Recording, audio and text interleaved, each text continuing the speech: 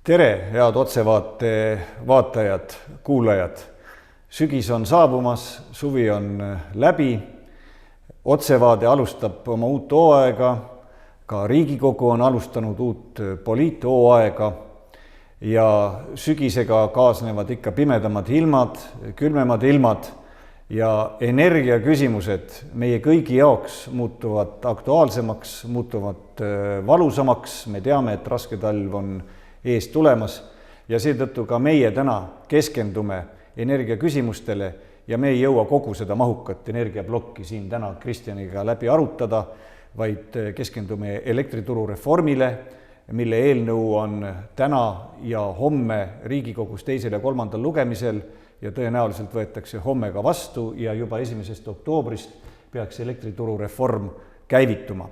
Aga mis see elektrituru reform endast kujundab, mis see on ja milleks see vajalik on ja kuidas seda rakendatakse, sellest, Kristjan, sina kui IT- ja ettevõtlusministrina, kellele koalitsioonilepingu kohaselt on usaldatud see elektrituru reformi väljatöötamine, oled kõige õigem inimene rääkima, ole ja räägi kõigepealt, mis see on, miks see vajalik on ja kuidas me seda kavatseme rakendada?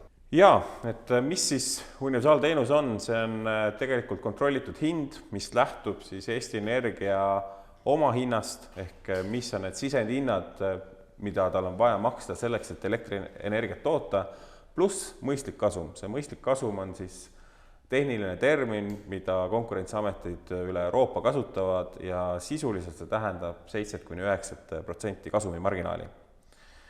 Tänasel päeval, kus börsihinnad on laes, on loomulikult ka Eesti Energia nautinud oma rekordkasumeid, kuid ma arvan, et see ei ole eetiliselt õiglane, et Eesti Energia teenib oma rekordkasumeid ja samal ajal kodutarbijad peavad siiralt muretsema ja et mitte paanikasse isegi sattuma, et kuidas nad oma elektriarved makstud saavad.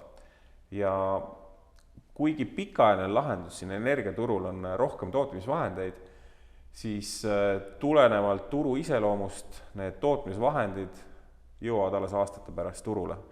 Aga seni on kuidagi ka vaja hakkama saada ja see raamistik, see universaalteenuse raamistik, mis me oleme loonud, et see ongi, mis kindlustab selle, et meil on jätkusuutlikult Eesti Energia pakub kodutarbijale mõistliku hinnaga elektrit. Aga räägime selle universaalteenuse rakendamise põhjalikult lahti. Ma arvan, et see väga huvitab kõiki inimesi ja puudutab.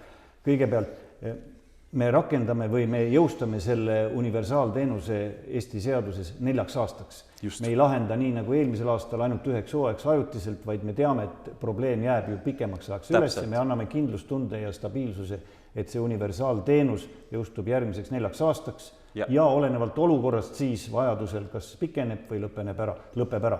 Et see on nagu selge.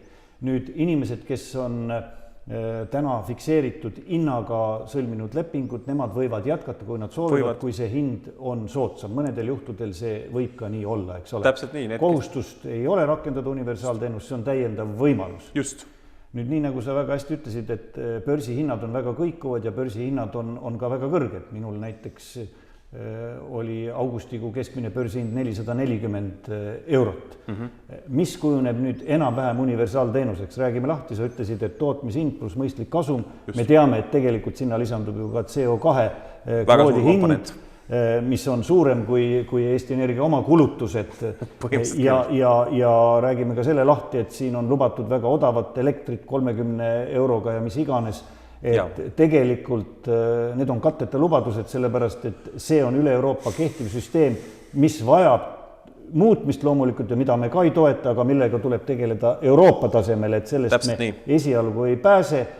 Aga mis see hind siis nii-öelda universaalteenusena kokku enam-vähem võib tulla? Me teame, et Konkurentsiamet selle lõpuks kooskõlastab ja see tõde selgub siis peale nende otsuse langetamist. Aga no mis see suurusjärk on, et inimesed teavad, kui börsihinnad on 400, 500, 600 eurot, siis milline suurusjärk võiks see olla?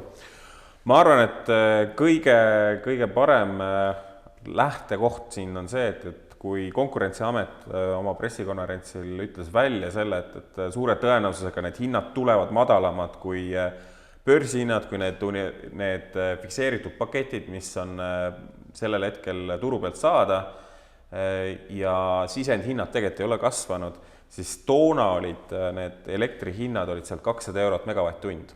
Ehk suure tõenäosusega saame juba täna välja öelda seda, et universaalteenuse hind tuleb odavam kui see 200 eurot. Ja tõepoolest osad fikseeritud paketid, mis on varasemalt sõlmitud pikaks ajaks, need on olnud seni odavamad, kuid paraku saavad ka need ühel hetkel otsa.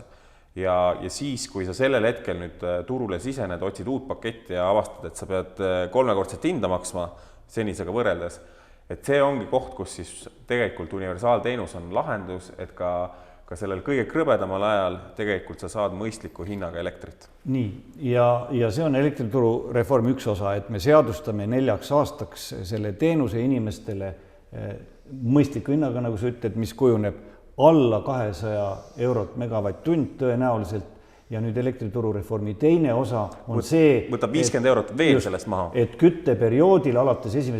oktoobrist kuni 1. aprillini tarbijatele sellest, ütleme näiteks 170 eurost, mis võib kujuneda hinnaks, oletame nii-öelda spekulatiivselt, saab lahutada veel 50 eurot, ehk siis jääb 120 eurot suurusjärk võib-olla tarbijale see kulu, mis ta kütteperioodil siis peab maksma selle elektri eest universaalteenusena. Täpselt nii, et kui me kõrvutame seda loomulikult siin aastate taguste hindadega, siis see on ikka kallis. Aga arvestades seda olukorda, mis täna turul on, arvestades seda olukorda, kuidas Venemaa ründab meid oma energiarelvaga, et tegelikult see on ikkagi väga mõistlik hind, arvestades kõike muud. Ja ütleme kohe välja, et see elektrituru reform täna puudutab ainult kodutarbijaid. See ei laiene praeguse eelnõu kohaselt ettevõtjatele ja teistele juriidilistele isikutele, välja arvatud korteriühistud, kes siis saavad ka seda. Veel ei laiene, aga see on väga õige suund, et ega see kõrged elektrihinnad ei mõjuta ainult ju kodutarbijad. Loomulikult me vaatame ka ettevõtteid, et nendel kodutarbijatel oleks ikkagi töökoht, kuhu minna, neil oleks ikkagi võimalik poest süüa osta, kõiki oma toimetusi teha. Et ma arvan, et see turutõrge, mida me näeme energiaturul, et see tegelikult on andnud ka põhjust sekkuda ettevõtete osas ja riiklikult toetada neid. Ja kuna see universaalteenuse raamistik on tõesti väga hästi läbi mõeldud, et siis ma tõesti ei näe põhjust, miks mitte seda ka laiendada ettevõtjatele. Siin on muidugi küsimuses see, et kui tegelikult ettevõtete tarbivad 3 korda rohkem elektrit kui kodutarbijad, et kas siis piisab? Reaalsus on niimoodi, et Eesti Energia põlevkivijaamade tootmine on ligikaudu 8 teravatt-tundi aastas ja Eestis kogutarbimine ongi 8. Sinna otsa lisanduvad 1 teravatt, mis on võrgukaod, aga põhimõtteliselt Eesti Energia põlevkivijaamad suudaksid heal juhul ikkagi kogu elektritarbimise ära toota ja tegelikult see on ressurss, mida me saame kasutada. Loomulikult siin on õiguslikud küsimused, et me peame keskmiste suurte ettevõtete puhul küsima Euroopast riigiabi luba, aga tänasel päeval ka Euroopa näeb väga selgelt, et siin need tõrked energiaturul on olemas, põhjused sekkumiseks, põhjused ettevõtteid toetada on olemas. Ja ma olen väga veendunud, et me saaksime väga kiiresti ka need riigiabiload.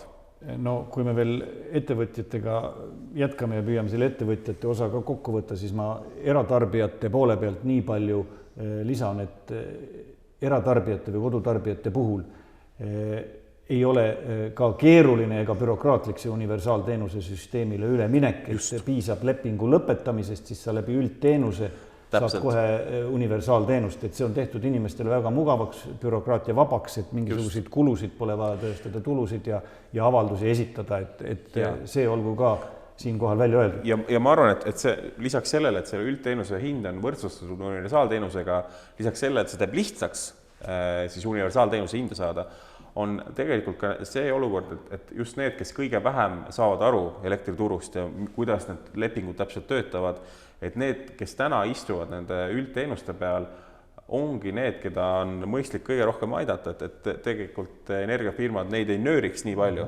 ja selle tõttu ma arvan, et tõesti see on mõistlik lahendus. Ja ütleme siis kohe välja, et Isamaa ettepanek on lisaks kodutarbijatele rakendada seda ka ettevõtetele seda universaalteenuse mõtet, mikro- ja väikeettevõtete puhul ei tohiks probleeme tekkida Euroopa õigusega.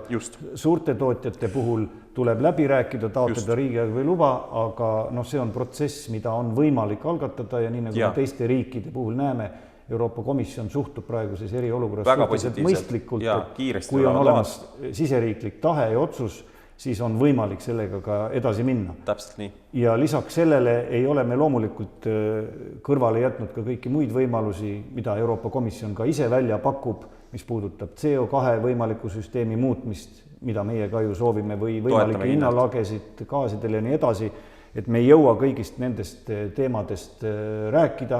Koalitsioonileppes on ju ka kokku lepitud gaasi kodutarbijatele lahendused, kaugkütte puhul mehhanism, kuidas kõrgeid turuhindasid vältida ja kompenseerida, et nendest asjadest me saame rääkida juba järgmistel kordadel, aga elektrituru reformile me keskendusime täna seetõttu, et see peab juba 1. oktoobrist käivituma ja homme tõenäoliselt Riigikogu võtab selle vastu.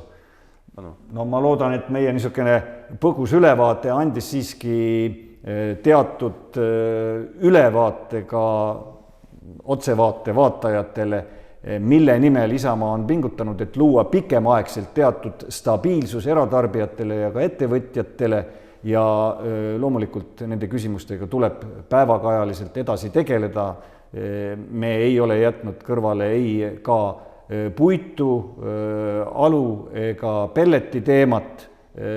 Ka siin tuleb otsida lahendusi, ettepanek ja üks võimalus on, et seda tehakse läbi kohalike omavalitsuste ja riik annab omavalitsustele teatud sihtotstarbelise raha. Ma loodan, et me suudame ka need küsimused lahendada ja et erinevate kütteallikate või energiaallikate kasutajad on siin enam-vähem võrdselt koheldud ja keegi ei peaks tundma, et ta on jäetud kõrvale. Aga nii palju siis tänaseks ja loodame, et talv tuleb siiski meie kõikide kodudes valge ja soe ja see elekter, mida me tarbime ja energia laiemalt, mida me tarbime, on meile kõigile jõukohane.